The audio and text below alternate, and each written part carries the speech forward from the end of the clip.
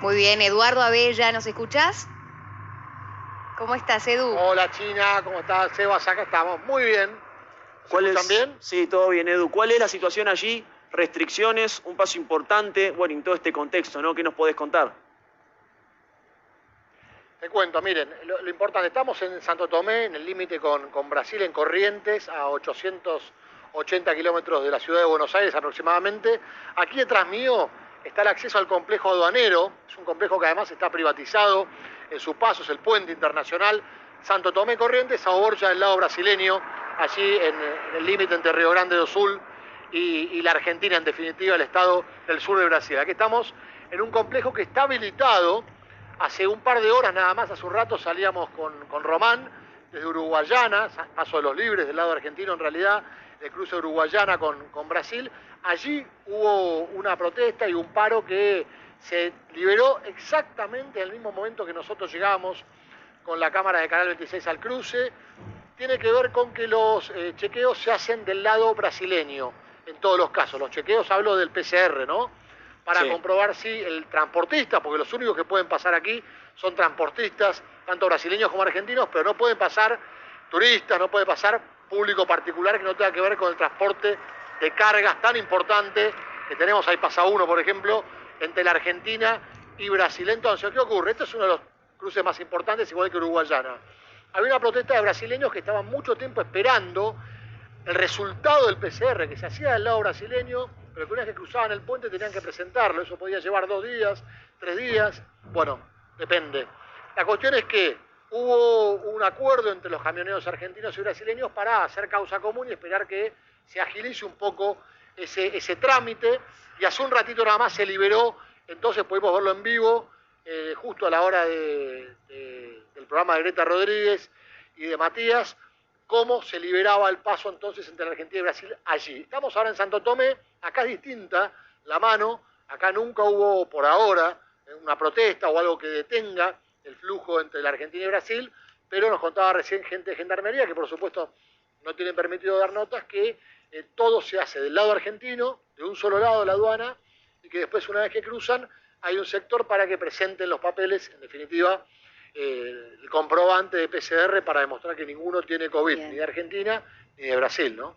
Edu, te consulto, bueno, ¿cuáles son un poco estas medidas que han acordado mancomunadamente justamente los camioneros de Argentina y también de Brasil? ¿Cómo serían?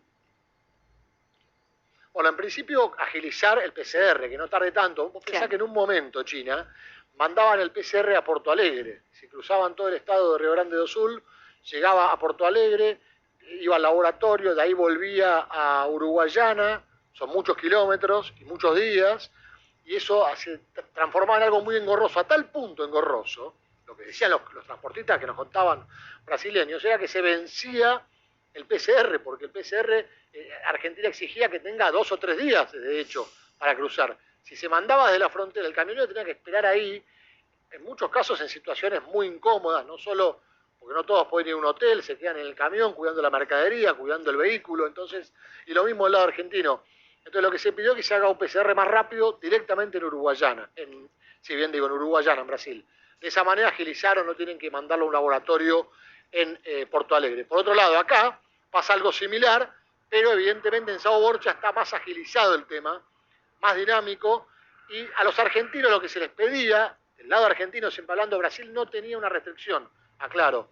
O sea, los argentinos que van para Brasil no tienen una restricción, no se les pedía PCR, el tema era de Brasil puesto. Y claro, está el tema de la cepa de Manaus, que hay muchos más casos, hacia la Argentina. Era una restricción que poníamos nosotros por el tema de la cepa de Manaus y sobre todo porque tienen más de 1 millón, casi 1,5 millones de casos hoy, ¿no? En Brasil. Ahora, sí. ¿Qué es lo que ocurría? Bueno, sí. No, lo quería aclarar. ¿Qué ocurría entonces?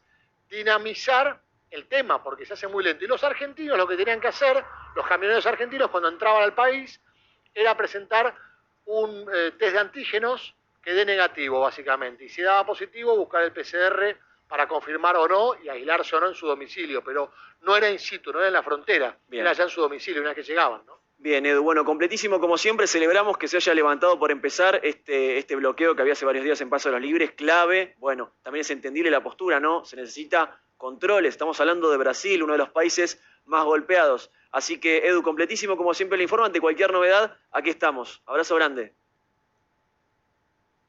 Todo con normalidad, con tranquilidad. Seguimos desde Posadas en un rato. Perfecto. Con este informe especial para Canal 26. Saludos. Abrazo grande.